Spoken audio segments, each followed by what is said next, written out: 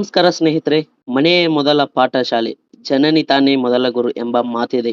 ನಮ್ಮ ಜೀವನದ ಎಲ್ಲ ಯಶಸ್ಸು ಮತ್ತು ಶಾಂತಿಯ ಮೂಲವಿರುವುದೇ ನಮ್ಮ ಕುಟುಂಬದಲ್ಲಿ. ಇಂದು ನಾವು ಎಷ್ಟೇ ಹಣ ಸಂಪಾದಿಸಿದರೂ, ಎಂತಹ ದೊಡ್ಡ ಪದವಿಗಳನ್ನು ಪಡೆದರೂ, ದಿನದ ಕೊನೆಯಲ್ಲಿ ನಾವು ಹುಡುಕುವುದು ಮನೆಯ ನೆಮ್ಮದಿಯನ್ನು ಮಾತ್ರ. ಆದರೆ ಇಂದಿನ ಓಟದ ಜೀವನದಲ್ಲಿ, ಕೆಲಸದ ಒತ್ತಡ ಮತ್ತು ತಂತ್ರಜ್ಞಾನದ ಅಬ್ಬರದಲ್ಲಿ ನಾವು ನಮ್ಮ ಪ್ರೀತಿ ಪಾತ್ರದ ಜೊತೆ ಕಳೆಯುವ ಗುಣಮಟ್ಟದ ಸಮಯವನ್ನು ಮರೆಯುತ್ತಿದ್ದೇವೆ. ಒಂದು ಸಣ್ಣ ತಪ್ಪು ತಿಳುವಳಿಕೆ ಅಥವಾ ಸಂವಹನದ ಕೊರತೆ ಸುಂದರವಾದ ಸಂಬಂಧಗಳಲ್ಲಿ ಬಿರುಕು ಮೂಡಿಸುತ್ತಿದೆ. ಹಾಗಾದರೆ ಒಂದು ಕುಟುಂಬವನ್ನು ಸುಖಿ ಕುಟುಂಬವನ್ನಾಗಿ ಮಾಡುವುದು ಹೇಗೆ? ನೆಮ್ಮದಿಯ ಸಂಸಾರ ಎಂಬುದು ಕೇವಲ ಅದೃಷ್ಟವಲ್ಲ, ಅದು ನಾವು ದಿನನಿತ್ಯ ಪಾಲಿಸುವ ಕೆಲವು ಸಣ್ಣ ಆದರೆ ಪ್ರಮುಖ ಅಭ್ಯಾಸಗಳ ಫಲ. ಇಂದು ನಾವು ನಿಮ್ಮ ಮನೆಯನ್ನು ಪ್ರೀತಿಯ ಅರಮನೆಯನ್ನಾಗಿ ಬದಲಿಸಬಲ್ಲ ಸುಖಿ ಕುಟುಂಬದ 9 ಪ್ರಮುಖ ಸೀಕ್ರೆಟ್ಗಳ ಬಗ್ಗೆ ತಿಳಿಯೋಣ. ಇವುಗಳನ್ನು ಪಾಲಿಸುವುದು ಕಷ್ಟವೇನಲ್ಲ, ಆದರೆ ಇವು ತರುವ ಬದಲಾವಣೆ ಮಾತ್ರ ಅದ್ಭುತ. ಬನ್ನಿ ಆ ರಹಸ್ಯಗಳನ್ನ ಒಂದೊಂದಾಗಿ ನೋಡೋಣ. ಮೊದಲನೆಯದು, ಒಟ್ಟಿಗೆ ಊಟ ಮಾಡುವುದು. ಹಗಲಿನಲ್ಲಿ ಪ್ರತಿಯೊಬ್ಬರು ತಮ್ಮ ಕೆಲಸ, ಓದಿನಲ್ಲಿ ಬ್ಯುಸಿಯಾಗಿರ್ತಾರೆ. ಆದರೆ ರಾತ್ರಿಯ ಊಟವನ್ನಾದರೂ ಎಲ್ಲರೂ ಒಂದೇ ಮೇಜಿನ ಮೇಲೆ ಕುಳಿತು ಮಾಡಬೇಕು. ಈ ಸಮಯದಲ್ಲಿ ದಿನವಿಡೀ ನಡೆದ ಘಟನೆಗಳನ್ನು ಹಂಚಿಕೊಳ್ಳುವುದರಿಂದ ಒಬ್ಬರಿಗೊಬ್ಬರು ಹತ್ತಿರವಾಗಬಹುದು. ಊಟದ ಸಮಯದಲ್ಲಿ ಮೊಬೈಲ್ ಬಳಸದೆ ಕೇವಲ ಮಾತುಕತೆಗೆ ಆದ್ಯತೆ ನೀಡಿ. ಎರಡನೆಯದು, ಮೊಬೈಲ್ ಮಿತಿಗೊಳಿಸುವುದು. ಇಂದಿನ ಕಾಲದಲ್ಲಿ ಡಿಜಿಟಲ್ ವ್ಯಸನ ಕುಟುಂಬಗಳನ್ನು ದೂರ ಮಾಡುತ್ತಿದೆ.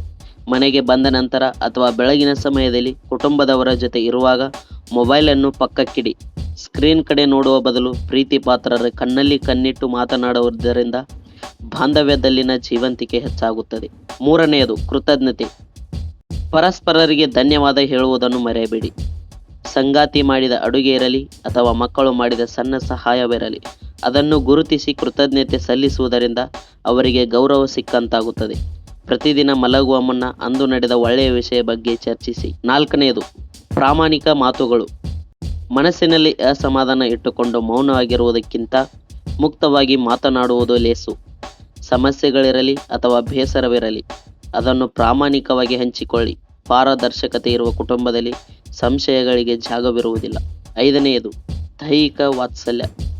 ಒಂದು ಸಣ್ಣ ಅಪ್ಪುಗೆ 1000 ಪದಗಳಿಗಿಂತ ಹೆಚ್ಚು ಶಕ್ತಿಶಾಲಿ.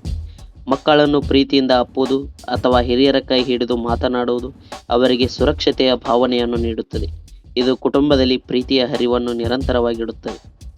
ಆರನೆಯದು, ಹಂಚಿಕೆಗಳು. ಮನೆಯ ಕೆಲಸ ಕೇವಲ ಒಬ್ಬರಿಗೆ ಸೀಮಿತವಾಗಬಾರದು.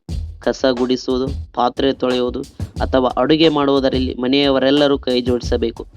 ಕೆಲಸಗಳನ್ನು ಹಂಚಿಕೊಂಡಾಗ ಜವಾಬ್ದಾರಿಯ ಅರಿವಾಗುತ್ತದೆ ಮತ್ತು ಎಲ್ಲರಿಗೂ ವಿಶ್ರಾಂತಿ ಪಡೆಯಲು ಸಮಯ ಸಿಗುತ್ತದೆ. ಏಳನೆಯದು, ಮೆಚ್ಚುಗೆ ವ್ಯಕ್ತಪಡಿಸುವುದು. ಯಾರಾದರೂ ಹೊಸ ಬಟ್ಟೆ ಧರಿಸಿದಾಗ ಅಥವಾ ಏನಾದರೂ ಸಾಧನೆ ಮಾಡಿದಾಗ ಮುಕ್ತವಾಗಿ ಪ್ರಶಂಸಿಸಿ. ನೀನು ಇಂದು ತುಂಬ ಚೆನ್ನಾಗಿ ಕಾಣ್ತಿದ್ಯಾ ಅಥವಾ ನಿನ್ನ ಈ ಕೆಲಸ ನನಗೆ ಹೆಮ್ಮೆ ತಂದಿದೆ ಎಂಬ ಸಣ್ಣ ಮೆಚ್ಚುಗೆಯ ಮಾತುಗಳು ಮನೆಯಲ್ಲಿ ಪಾಸಿಟಿವ್ ಎನರ್ಜಿಯನ್ನು ತುಂಬುತ್ತದೆ. ಎಂಟನೇದಾಗಿ, ಪ್ರಾರ್ಥನೆ. ಧಾರ್ಮಿಕ ಅಥವಾ ಆಧ್ಯಾತ್ಮಿಕ ನಂಬಿಕೆಗಳು ಏನೇ ಇರಲಿ, ದಿನಕ್ಕೆ ಕನಿಷ್ಠ 5 ನಿಮಿಷ ಎಲ್ಲರೂ ಒಟ್ಟಾಗಿ ಕುಳಿತು ಪ್ರಾರ್ಥನೆ ಅಥವಾ ಧ್ಯಾನ ಮಾಡಿ. ಇದು ಮನೆಯಲ್ಲಿ ಶಾಂತಿಯುತ ವಾತಾವರಣವನ್ನು ನಿರ್ಮಿಸುತ್ತದೆ ಮತ್ತು ಎಲ್ಲರ ಮನಸ್ಸನ್ನು ಒಂದೇ ಕಡೆ ಕೇಂದ್ರೀಕರಿಸಲು ಸಹಾಯ ಮಾಡುತ್ತದೆ. 9ನೆಯದು, ತಾಳ್ಮೆ. ಎಲ್ಲಕ್ಕಿಂತ ಮುಖ್ಯವಾಗಿ ಇನ್ನೊಬ್ಬರು ಮಾತನಾಡುವಾಗ ಮಧ್ಯಪ್ರವೇಶ ಮಾಡದೆ ಸಂಪೂರ್ಣವಾಗಿ ಕೇಳಿಸಿಕೊಳ್ಳುವ ತಾಳ್ಮೆ ಇರಲಿ. ಪ್ರತಿಯೊಬ್ಬರಿಗೂ ತಮ್ಮ ಅಭಿಪ್ರಾಯ ಹೇಳುವ ಹಕ್ಕಿದೆ ಎಂದು ಗೌರವಿಸಿ. ಕಿರುಚಾಡುವ ಬದಲು ಶಾಂತವಾಗಿ ಚರ್ಚಿಸುವುದು ಸುಖಿ ಕುಟುಂಬದ ಅಡಿಪಾಯ. ಕೊನೆಯದಾಗಿ, ಸಂಪತ್ತು ಎಷ್ಟಿದ್ದರೂ ನೆಮ್ಮದಿ ಇರುವುದು ನಮ್ಮ ಮನೆಯ 4 ಗೋಡೆಗಳ ನಡುವಿನ ಪ್ರೀತಿಯಲ್ಲಿ ಮಾತ್ರ. ಈ 9 ಸೀಕ್ರೆಟ್ಗಳನ್ನು ಹಿಂದೆ ನಿಮ್ಮ ಜೀವನದಲ್ಲಿ ಅಳವಡಿಸಿಕೊಳ್ಳಿ. ವಿಡಿಯೋ ಇಷ್ಟ ಆದರೆ ಲೈಕ್ ಮಾಡಿ, ನಮ್ಮ ಚಾನಲ್ನ ಸಬ್ಸ್ಕ್ರೈಬ್ ಮಾಡಿ.